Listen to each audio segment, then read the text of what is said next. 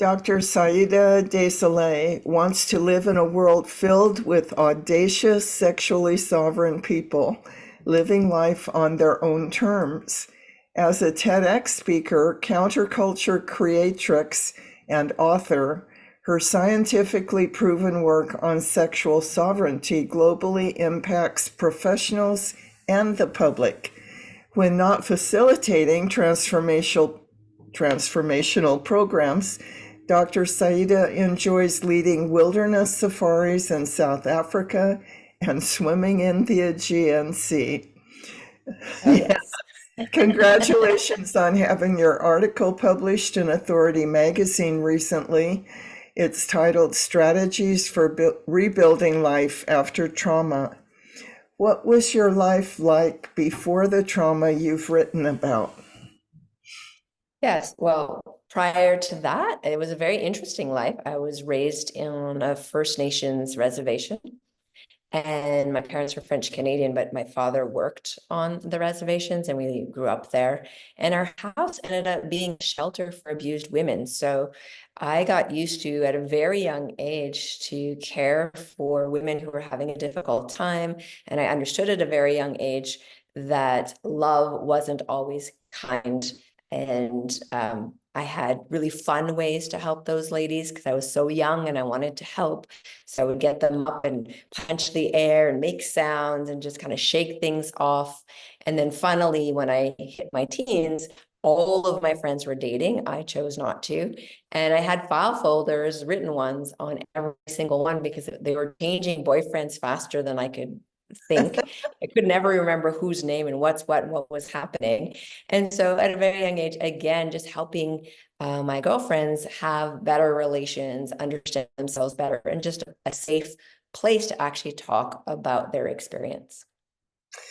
Thank you for that. Are you comfortable sharing the trauma you experienced that changed the trajectory of your life? Yes, I am comfortable. A little trigger warning because it was rape, and it happened in the Caribbean. I was traveling and I met someone there, and the first time we connected, it was okay, but the second time we connected, there was a very violent experience. And I got really sick from that experience and had to fly home. And by the time I got medical help, I was pretty much given 2 weeks to live by the time all of those procedures were done. And so it was really traumatic and scary. I was only 20 years old and I had no resources. My family wasn't anywhere near where I was living. And my really close friends were a little bit, I guess they felt guilty that it happened to me. So no one would come to see me at the hospital. You know, I was speaking to someone else recently that was going through the trauma of being terminally diagnosed with cancer, and she said so many of their friends ghosted them. It's like they were Yes. afraid cancer would be, I don't know, Ages. they might catch it or Yeah, it's go it's ahead. sad. It's sad. I think I've had people with really close friends with terminal cancer. And one of the things that I would advocate, and maybe it's from my background, maybe it's because I faced my own death, but I would advocate the whole community and say, hey, this person right now doesn't need our stress. This person right now needs us to believe and to see them as healthy and alive and thriving. That is our job as a community. That's all we need to do. We don't bring her our stress. We don't bring her the distress. We just keep in our mind and our hearts visualizing that. And in all three cases, because it's happened with three different friends, they all were the first survivors of their particular type of cancer. And they were like medical miracles. So I really do think it is important to have people who don't avoid us and people who can lean in and get real, but also really support our vitality. So during that time when you were given a terminal diagnosis, basically, what a blow. Yet you set a very transformative goal to live. What Yes. did that goal lead you to do? Well, making the choice to live when a surgeon, your doctor saying, you got 2 weeks, call your family, sort things out. was quite defiant, and I'm grateful that I have a little bit of that defiant spirit, because I think maybe in someone else they would have accepted that, and then I wouldn't be here today. Right. But I've always been a bit feisty, so that led me basically to listen to my body. I didn't know where to turn. The little breadcrumbs were left for me on a daily basis, and I just picked up those breadcrumbs very slowly. I'd go to this one herbalist over here, and I went and lived in my friend's sailboat, for a few weeks to kind of process all the emotions. And it took time to know myself. And my parents were like, whatever you do, just try and laugh every day. And then those 2 weeks turned into months, turned into years, and here we are many decades later. It's so powerful to make the choice to heal. You Yes.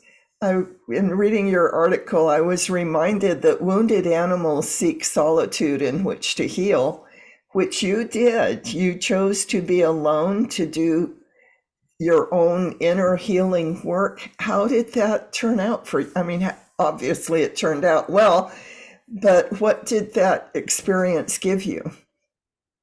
That was an amazing experience, Nancy. I experienced for the first time in my life, other than maybe as a child, but as an adult, first time, really living in the present moment and paying attention to all the sensations and feelings and allowing those feelings and sensations to wash through me thoroughly. So sometimes it was a rage, and I would, bang a pillow or like rip something up like a piece of paper. And other times it was just tranquility. Other times it was tears, but there was no one around to kind of bother me or try and like stop me from what I was moving through. So I had a lot of freedom. I could do it at any time of day or night. And because I was in nature, then my only sort of feedback from other than self was the ocean and the trees and just the birds. And that was very, very soothing to my nervous system while I was moving through these things. I did a lot of journaling and a lot of kind of emoting and moving and living moment to moment to moment. And I learned the power of that. And that's where I like to turn the people who come to me for help. I'm like, you are very powerful. And if you're willing to listen inwardly and pay attention, all the answers are there. And so I can say that because I lived that. I can only imagine after being raped, there must have been a lot of anger to emote, to Oh, discharge yes. out of your body. Was that Rage. part of what that period of time gave you the space to do that? Yeah, because rage is not an easy emotion for people to witness or be around. So by being alone, and I made sure that I never hurt myself, but I also was really, vocally, there was no one around, so I could really scream and like I get into it. And if I tore something up, I didn't feel like I was scaring anybody.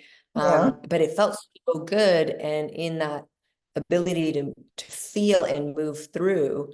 And then I felt clear afterwards. And I think that really accelerated the healing process.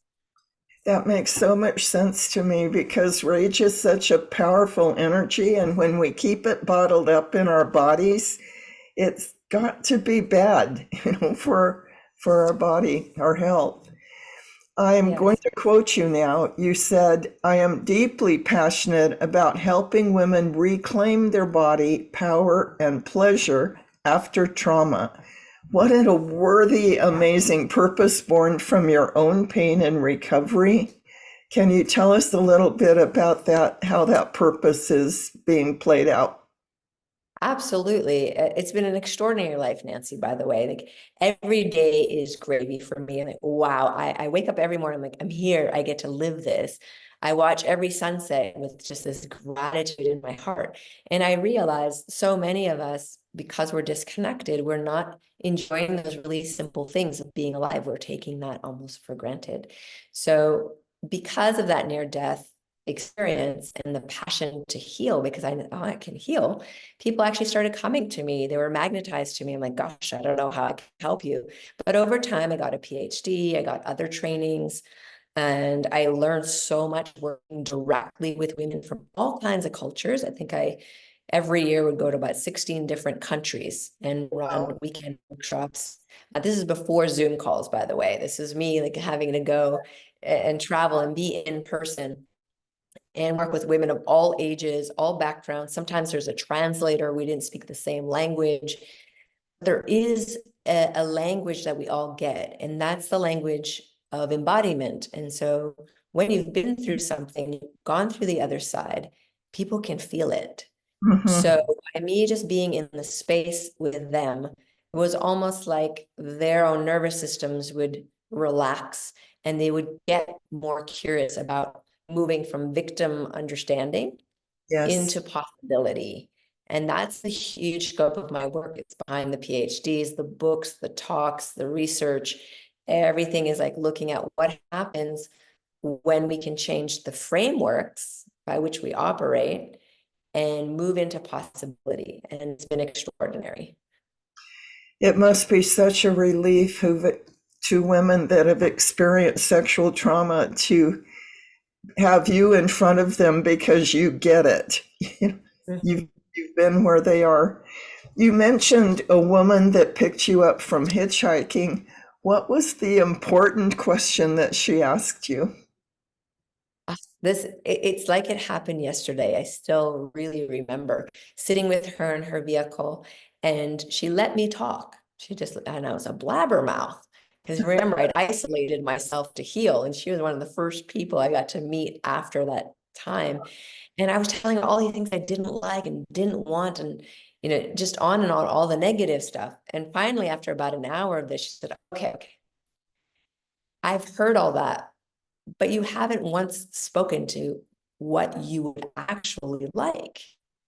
And it stunned me into silence because I realized I don't actually know what I want, what I'd like. And I didn't have an answer for her.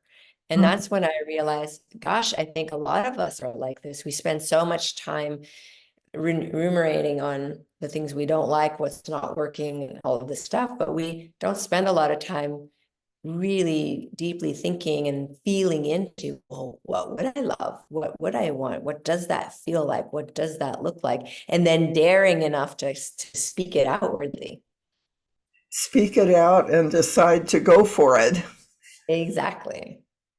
Dr. Saida De Soleil can be reached at her website, which is www.saida, which is spelled Saida, De Soleil is spelled DESILETS.com, where her intention is to inspire more succulence in your life than you ever imagined. I love seeing that intention at the top of your website. Thank you so very much for setting aside time to add this video to your written article on Medium Magazine. Such a pleasure. And I do have a second site I would love to mention, Nancy, called Yes, please, go right ahead. Dare Your Desire, dareyourdesire.com. And there's actually a lot of free resources on that one. So if people are looking to just, having some resources to help them take that step forward, that's a great place to start as well. Dareyourdesire.com. Yes. What a great name for a URL. I love it. Thank you again for spending this time with me. And I just really love the work you're doing and appreciate all the healing you've done for yourself and the healing you're bringing to others. Thank you, Nancy. It's always a pleasure to see you and such a delight to speak with you.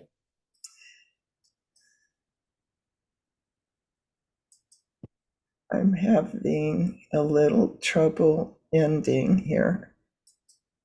There we go. Bye-bye.